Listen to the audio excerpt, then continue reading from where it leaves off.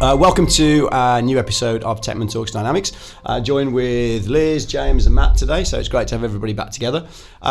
Topic today is around the change that's taken place with development and how that's impacting projects. So Liz, I know you get a lot of questions about this from a customer service point of view. It's difficult for customers and for some of our consultants to understand the impact of all the development changes that have happened over the last few years. So as a user or as a consultant, if 15 years ago in version 3 or 4 of Navision Nav, you could input a sales order, or you could get from quote to invoice, then you could, if you knew how to do it in that version, you could probably go into the latest version of Business Central and work it out.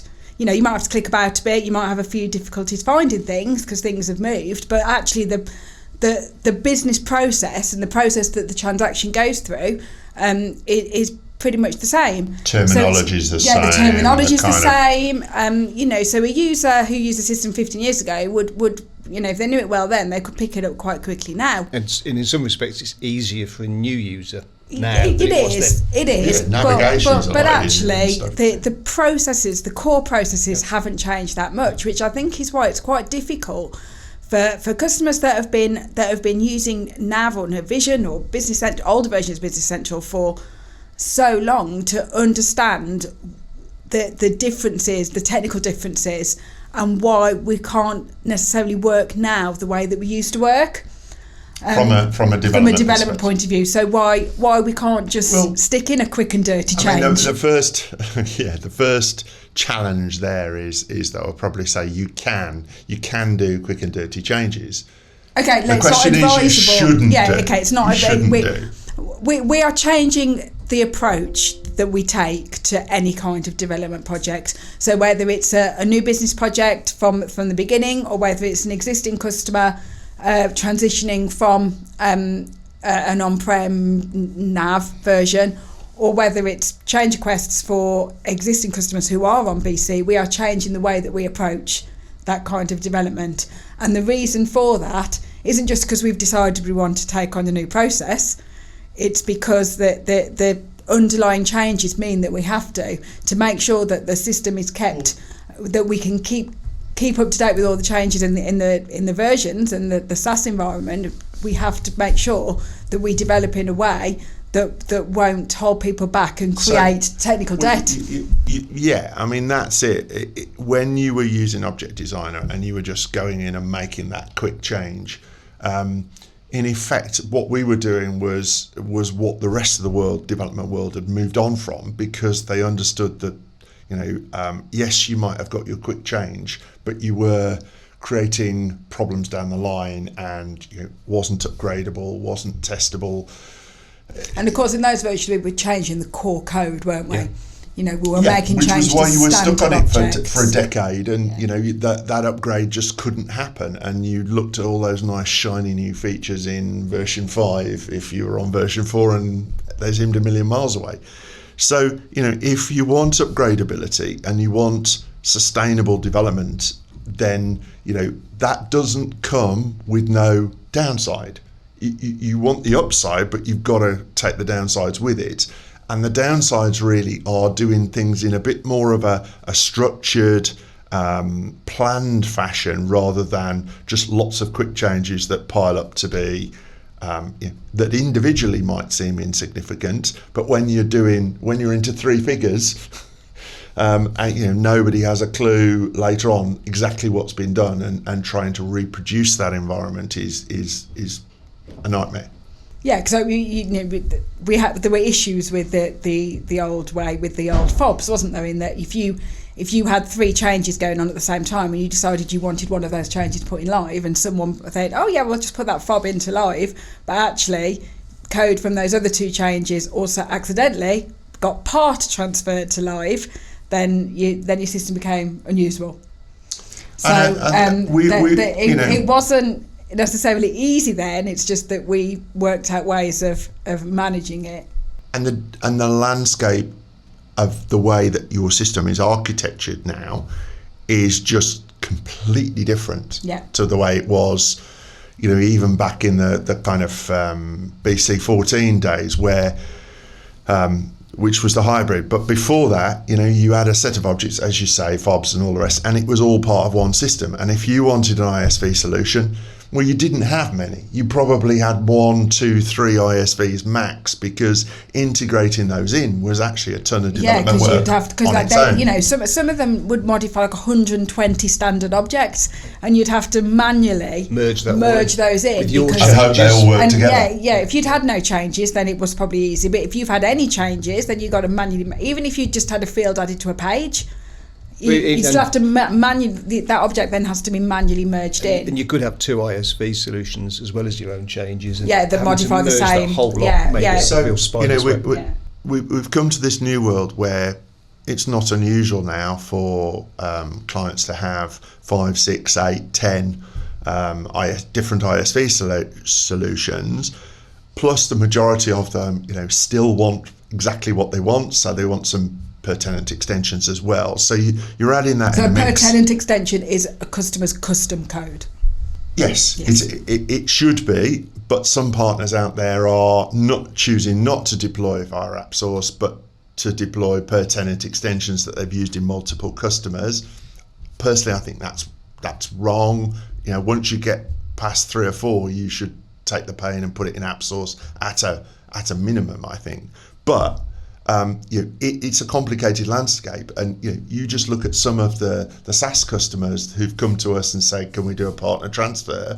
And when we go through those, we find extensions in there, a whole list, sometimes not even with the code in the system, because they've been the per tenant extensions that they've had written for them have been done as runtimes and don't create the code. I think that is... What does that mean? Yeah, I think to layman's terms. This is important. If you need to be asking your partner...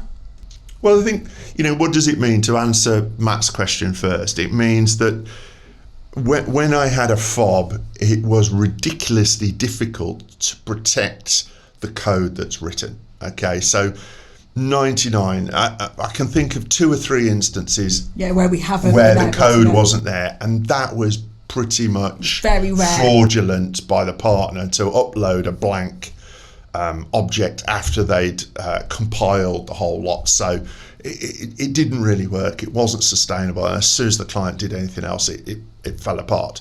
So, but with extensions, with AL extensions, you have the ability to deploy a runtime which doesn't have the code. Now, given that code, anybody who thinks that code is finished ever is kidding themselves. Code is a living thing. If it's going to sustain, particularly on SaaS where you've got upgrades coming thick and fast, and at the moment we're trying to get ready for Wave 1 release in a week's or so's time, and there's all the deprecation from Microsoft. Any PTE that used any of those objects that are no longer there, SMTP mail is a classic one that's finally been removed, the classic way of emailing stuff.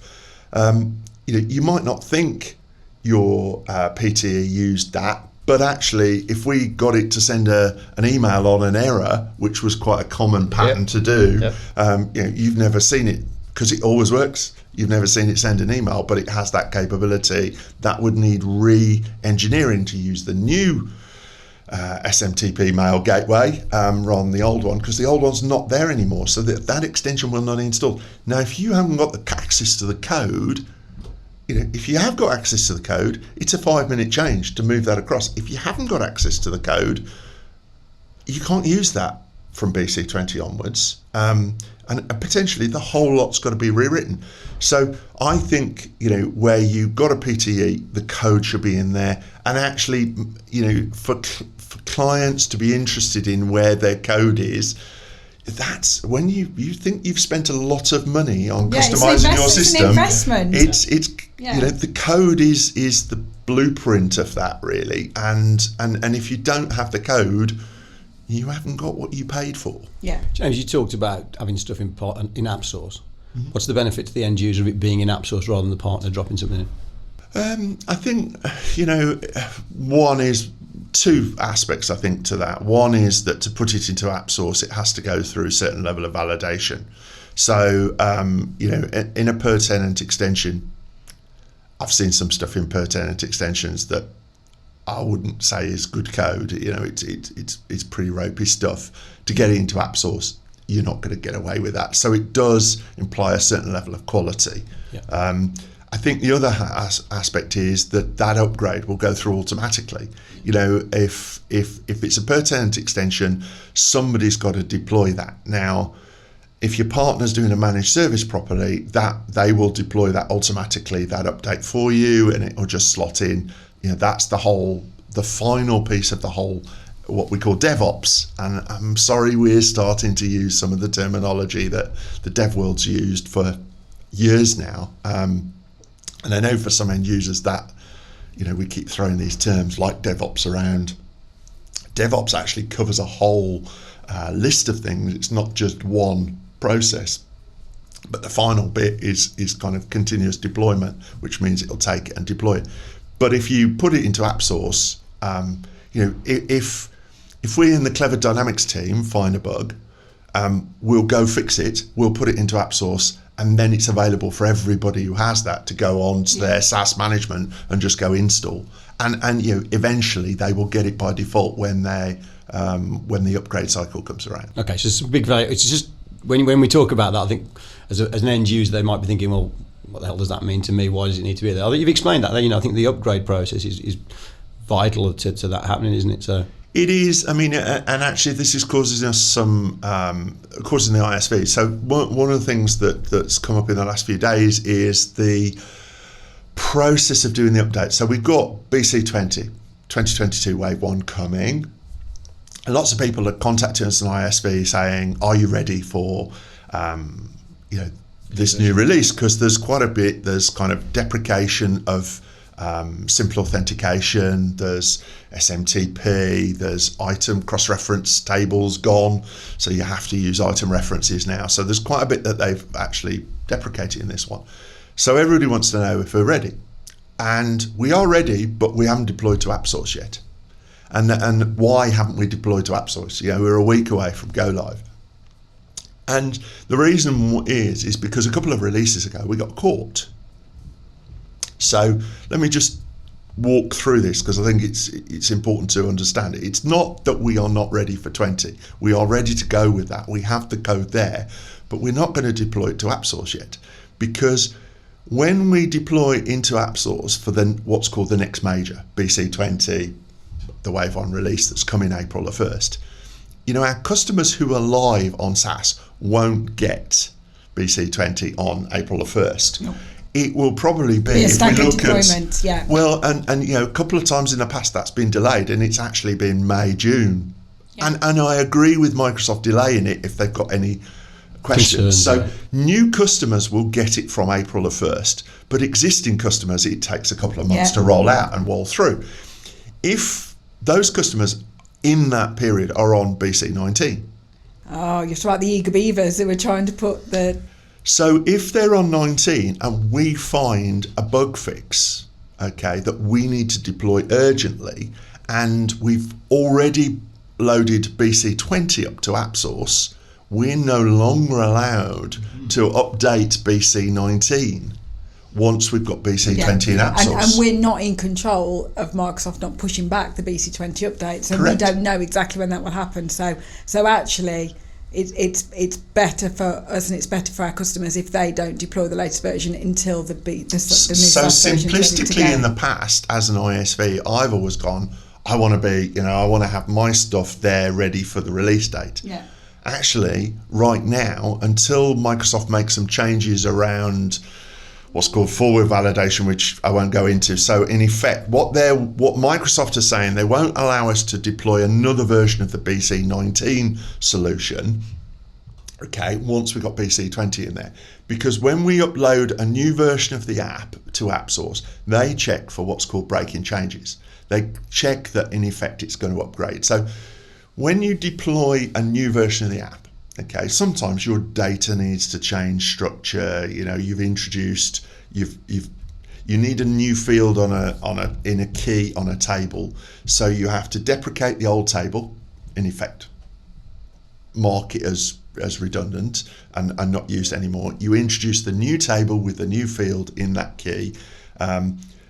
It can be a field. If I want to change a field length, if I want to change it from 20 characters to 50 characters or whatever, there's a whole bunch of reasons where what are defined as breaking changes. So in PTE land, you just force that through and say, right, go through and deploy. In Appsource land, you're not allowed to do this because, in effect, that might break somebody's system. So you have to very carefully manage this. As part of that upgrade cycle, we have to write what's called an upgrade code unit. And what that code unit is only ever executed once. So you install the latest version in your SaaS admin environment, and it says, right, what version of the data were you on? 19.5. What version of the version are you going to? 19.6. Right, to go from there to there, we introduced that field or made that conditional, go through and process the data so that it still works post that install. Do you get? They put a whole bunch of checks to make sure that you... So, the whole thing is to make it as smooth as possible for the customer. But it's not just adding a field. It's a whole bunch of stuff. The request might be just add a field, but you might have to do all of that to enable that. Yes. Which I suppose that brings us on to why we've changed our approach to how we start and how the design is so important. Just to finish that off, what they check when we update to Appsource is that we've not done any breaking changes. What they can't do is if we put a middle version in, so a 19.x version, after we put the 20, they can't check that it's not a breaking change going from that version up to the 20 version, up to the new version. So there's a bit of work that Microsoft, I understand, are working on, but it means as an ISV, to be sure that I can sort any customer out that has a bug in the meantime, actually, I'm going to leave deployment to version 20 till 20 starts rolling out to their existing customers. I make the 19 version so it'll work on 20, but I don't use any of the new 20 stuff until 20 upgrades have gone through. So hey, look, this is all getting quite involved, quite complicated, quite difficult to kind of architecture through, but it does show how it's not as simple as just put this in and it lasts for 5 years anymore. You've got to kind of understand month by month what the right thing to do is and plan it through. Which is why the design is now so important when we set out to do any kind of per tenant extension or custom code. We have to get the design right at the beginning to minimise the impact for future upgrades, not only of BC, but any third-party apps that sit in the system as well. Yeah, the design process isn't just how do you want it looking. Yeah, it's how can you just do this? Architecture behind how does this all work together, and how do you make it sustainable? Yeah, and obviously, we can't say that we can always design it so it's completely future-proof because we don't know always what's going to happen. But we do have to design it in a way that we can, we have it documented well, so we always know what it should do, right through from the requirement to the design, and so that we can maintain it going forward every month when an update goes on if it needs to. And I think that's where again I think that the days of just making a quick change and banging it in is not good practice, because the solution design piece for me in the last 2 or 3 years has got way more important. So what do I mean by that? I mean, we've done podcasts before talking about the number of table extensions that you have against a table. Once you've got all those ISVs involved, once you've done like 3 or 4 areas, bits of customization that may extend, the classic is the item table, suddenly you've got performance implications. Yeah.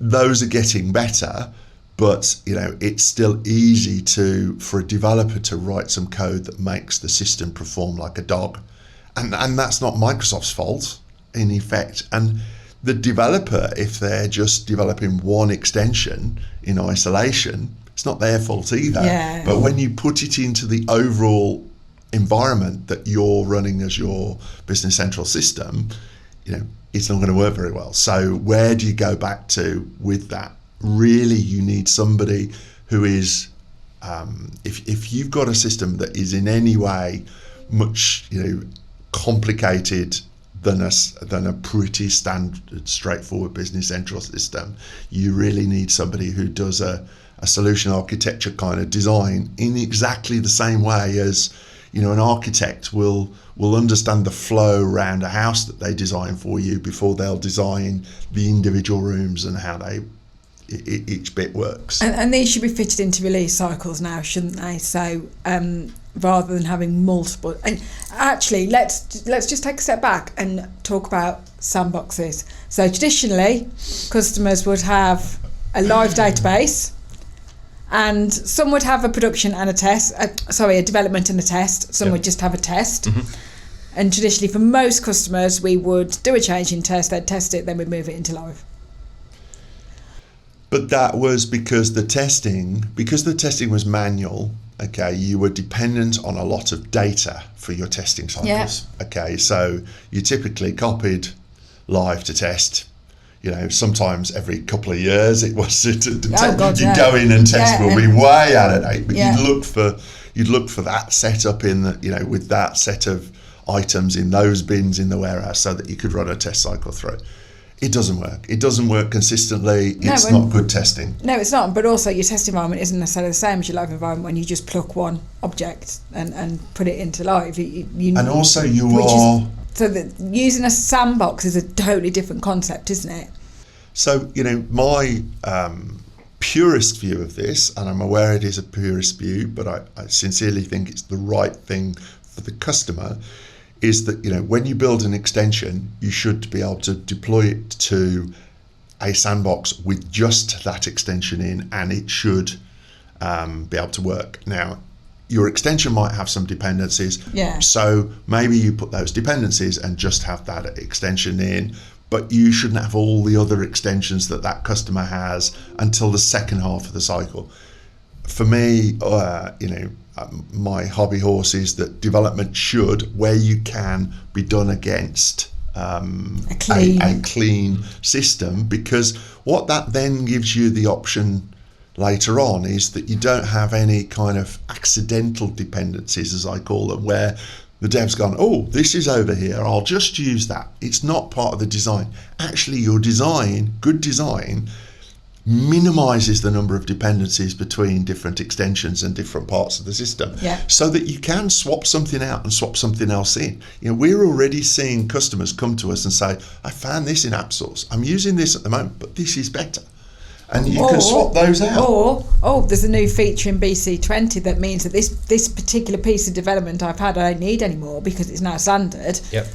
You should, in theory, you should be able to install it. Unless it's part of, it could be part of another. Our business doesn't do that anymore. How many times in upgrade cycles do we go through and go, don't need that, don't need that, don't need that? If you built them in individual extensions, you can just remove them and decomplexify, if that's a word. Simplify. It's like using a plunger on your Business Central system, isn't it? It gets rid of some of the crap that's in there and flushes it down the pipe. Simplify rather than decomplexify. Okay. Sorry. Yes, that's not English for the non-native speakers. But in effect, the simple works, right? So the less complex you can also have, your maintenance cost for your SaaS solution is based on the number of per 10 extensions. Ultimately, it's the complexity that you have, of the code, because that's the complexity. The more complex it is, the more testing you've got to do. Yeah. Where they should be removed if they're not used. We're going through this process at the moment. Of customers that are on very old versions and doing this kind of app-ready process where we're looking at customizations they've had over the years, and it's like, well, why did we ask for that? Yeah. Well, we never used that. And the number of mods that people have paid for in the past, but they're either used a couple of times by one person, that person leaves and they're never used again. And they just sit there, and we sit there and we keep grading them. But if they are an individual extension, you can chop them out much easier than if they're part of a complex set of objects where you don't know if I take those objects out, will I find that this has got a dependency on it? That's much more documented now. If there are any dependencies, and that's where your architecture should be trying to minimise those. Yeah, and that's our job. But I do think a customer shouldn't. One of the beauties of NAV was that always, from the user point of view, you never knew what was development and what wasn't. Yeah. So, there's a lot of assumptions that what people have got in their system is standard. Yeah. Especially with new starters, it's just the system. Yeah, which is fine. For the users, that's fine. And for them, it's a totally seamless experience. However, it is important that the system managers, whoever is responsible for the system at the customer, understands what extensions they have, knows how to look what they've got, has an idea of what they're there for and why, who wanted them, so that they can be managed. And I think it's important that whilst we are responsible for maintaining them, we're responsible for architecting them, the customer should understand what they've got. Go search extension management in BC it's and so have a look, easy. See what you've got. So if See, I think that Microsoft have introduced that. I think extension management could be a lot more helpful. I think just some more history of kind of what's gone on when and what was upgraded to what at when. That there's the log, but it's not got enough information in it, and it should be. This is the last date this extension was upgraded, etc., etc. Should be more obvious. I think the other factor is that, actually in BC20, we have, in VS Code, you can have something called a workspace where effectively you can have multiple extensions loaded up in VS Code at once, and you can deploy them all. So, that's what we built that at Tecman. We built what we call solutions, which is like, this is the set of extensions that this customer has. That's getting a bit easier. I hope that Microsoft keep going down that road of kind of understanding so you can understand what's in this customer's particular one. But the danger then is that people go, let's build a workspace with every extension, and almost you get those unplanned dependencies start to become, and we go back to the rat's nest of spaghetti code that we had in objects. Yeah. There's a real fine balance with extensions, though, isn't it? Because like you were talking earlier about, if you don't want, if you're not using that anymore, you can just take it out. But what you don't want is an extension for every single little change. No, absolutely not, which I think you referred to earlier. You don't want 15 per 10 extensions hanging off the item card because you've had 15 new fields added to the item card. That's where the architecture and that's where the design comes in. And I'd be brutal and I'd say, if you... So people say, right, I want a field on my item table. And actually, my first question is, why? Because they will instinctively say that, and then they'll want it. I want it on the item list view, because I want to be able to see it. Actually, they're only using that kind of 1 in 50 times that they go to the item list. Yeah. So you've got all the performance impact of having it there. You've got to weigh it up, haven't you? Because the way BC works at the moment is every time it looks at the item table, it will by default in the standard code. Now they're trying to do set loads fields and lots of clever ways to minimise that impact because they understand the consequence. But as it stands today, pretty much always that's going and loading that table extension. My view is stick it in a different table. If it's something that you only use on occasion or you want to go and look at specifically, stick it in a different table, with the same primary key, so item number, and because that's only as much data as you would have in a table extensions. Table extensions always have the primary key in them, and that's how it joins them together. So stick it in a different table and then have a different list view that they use when they want that particular piece of information, or they're looking at that customer status or whatever, rather than sticking it onto the standard ones. You can argue that we're going back, in the past, Nav was criticised for having too many clicks. And you had to navigate through the list to the card, to the list to the card, too many times. But I think, related and all the way through. But there's good reason for that. It means that if you're not using it all the time, stick it in a separate table. Yeah, because there is nothing more frustrating than just trying to look up and do an item list and it taking ages to load. That's going to outweigh the disadvantage of that is going to outweigh any benefit of a particular field. Sales order list, customer list, item list. You know, sales header table, customer table, item table. Classic ones. First ones, sales line is the other one. Yep. I would say really ask a tough question. How often? And if it's less than I need it all the time, every time, separate table, navigatable to, a click away to get to, and kind of that. But that's where you're a solution architect at the point of design, because once the code now, you can go run the wizard and you can create a table extension just brutally fast. But you're stuck with it then. Once you've got data in it, it's really hard to get rid of it. And so that's where you need to get ahead of this and do much more solution design to make sure that you don't kind of get yourself into a performance hell and then have to, even more work to dig yourself out of it. It's fundamentally changed the way we review and look at developments now, because on projects, we have to think about the design up front and carefully about that design, and that's a real skill. And it takes experience and often a few heads to throw around the ideas as to the best way of achieving something. And then when you're getting into the specific designs about each of those functional areas rather than just a kind of top level solution design, it's okay, how do we then create the apps, which is a different design process, and that's time we have to spend, unfortunately, now, and time tends to be cost as well. It is. Development isn't as that's another cheap as it used to reason be. for an existing customer to group.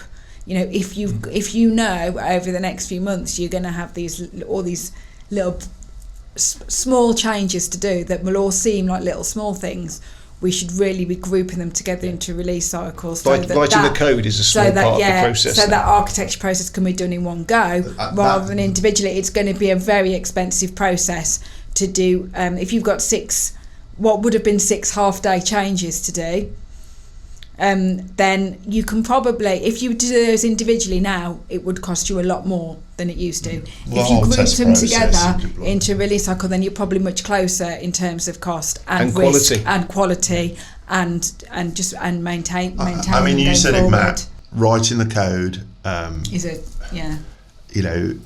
I wouldn't say it's a simple bit because because then you'll have 25 developers. Well, it's not. I mean, as code, there's always there's an easy way to write it and there's the right way to write it. So there's still a huge skill in that to get that right. But a lot more of that skill around is in the design piece, I think, than the actual code writing piece. And I think that's you can write code fast, but you'll probably regret it. I think it's be very sure. This does all kind of mitigate against a kind of very agile approach to developing systems, because you have to be much more. If you're going to get that design right, you need to know what you're building before you start digging the foundations. You've got to know. Don't you think it builds that having a strong relationship with the partner long term, rather than looking at how can I get this done cheap and quickly, and maybe bringing someone in for a short term on a contract or something like that, where, as I said, we've gone into a lot of detail today, but as a partner we know what else has to be done. We're not just looking at it from the development point of view. We know we've got to take some responsibility for the upgrade, got to support it, got to maintain it. You said it's an investment. This is where we should have an insight to what's coming as well. So if we were being asked, but the key for me is not. I mean, if you ask me what I think the difference is between kind of a heavyweight Business Central partner and a heavyweight development house out there that might develop, I don't know, e-commerce solutions or any other form of IT, it's traditionally, I think, where the nav channel has been very good is understanding the business. So, a good solution architect is going to look at the business first and go, well, in a couple of years they might ask me to do this, therefore I'll leave that as an option, that gate open. Whereas if you just, if you haven't got that kind of business understanding when you solution design, quite often you'll just do straight what the customer asks for, and that might be the right thing, but it's not, you might shut off avenues for the future. So it's kind of like, well, and there's a fine balance there when you're doing the design because if you leave every option open, it's going to take a long time and be super expensive. Whereas if so, that's where sometimes you need to ask the question, look, what's the chance? And sometimes you'll get back from the client, no, we're never going to do that. Usually 2 years before they say, right, we want to do this now. So, you don't know what's going to happen in business, get that. But you are trying to have that conversation to understand the landscape that your design's going into. So you're trying to make it sympathetic to everything else that's there and kind of leave as many options open as possible. Well, I think that's our responsibility as a partner, isn't it, to do that? We've got that knowledge around what could and couldn't happen. The end user's probably looking at the business challenge today, and like you said, we're looking at a bigger, wider picture. I suppose the advantage we've got is hundreds of different other businesses that we've seen where they've gone and how they've evolved and what they've done and what they haven't done, and what's worked and what hasn't worked. So, bringing that experience, and I think that's the difference between a business applications partner and just your regular IT partner that's just looking at it from a technology perspective. We're trying to do, I think the Business Central community, the traditional one, tries to look at that both ways. Okay. Quite conscious of the time. We've been going for quite a while this morning. Is there any areas that you want to delve into? I know we've got quite a long list of things we were talking about. Is there anything you want to highlight and bring up to cover? I think, look, I'm aware people say, well, why are development cycles extending? Why is it getting more complicated? Why is costs going up? I don't think anybody on the, with the development hat on is just sitting there going, right, let's just spend more time on this. Actually, all those guys have pretty much got a full calendar for as long as they can see. But, that's where actually we want to do something right first time, okay, and not come back to it. None of us like having to rework stuff that we've done before because it's never nice, is it? Whatever sphere you're in, you want to do something right and then move on and do the next exciting thing rather than fixing the last thing that you did before. So I think that's where the motivation is coming from, and I think that's where the development times are going out, because actually if you spend the time, the Business Central community, we're professional services just like your solicitor or your accountant, and if the government doubles the complexity of your tax return, your accountant's going to charge you more. We're moving into a more multi-cultural type of landscape of lots of different ISVs, lots of different kind of capability. That's making the whole thing potentially more complex. And if we're going to leave as many options open as possible, but that's where come back to Liz, not looking at a little change every week, doing a monthly release strategy, testing it right. Automated testing is, that's a hobby horse. The one, it's like automated testing is the new training. It's the one, if the budget or the timescale gets squeezed, it's the one that gets left off, and then everybody regrets it a year down the line. Yeah. So, there's things that we still have to get embedded in every project out there, I think, to really get into a really great place for the future. I think also as well, just finally, customers that are on pre-BC14 that are spending significant amounts of money on development projects, thinking that they will be able to lift and shift them to the latest version.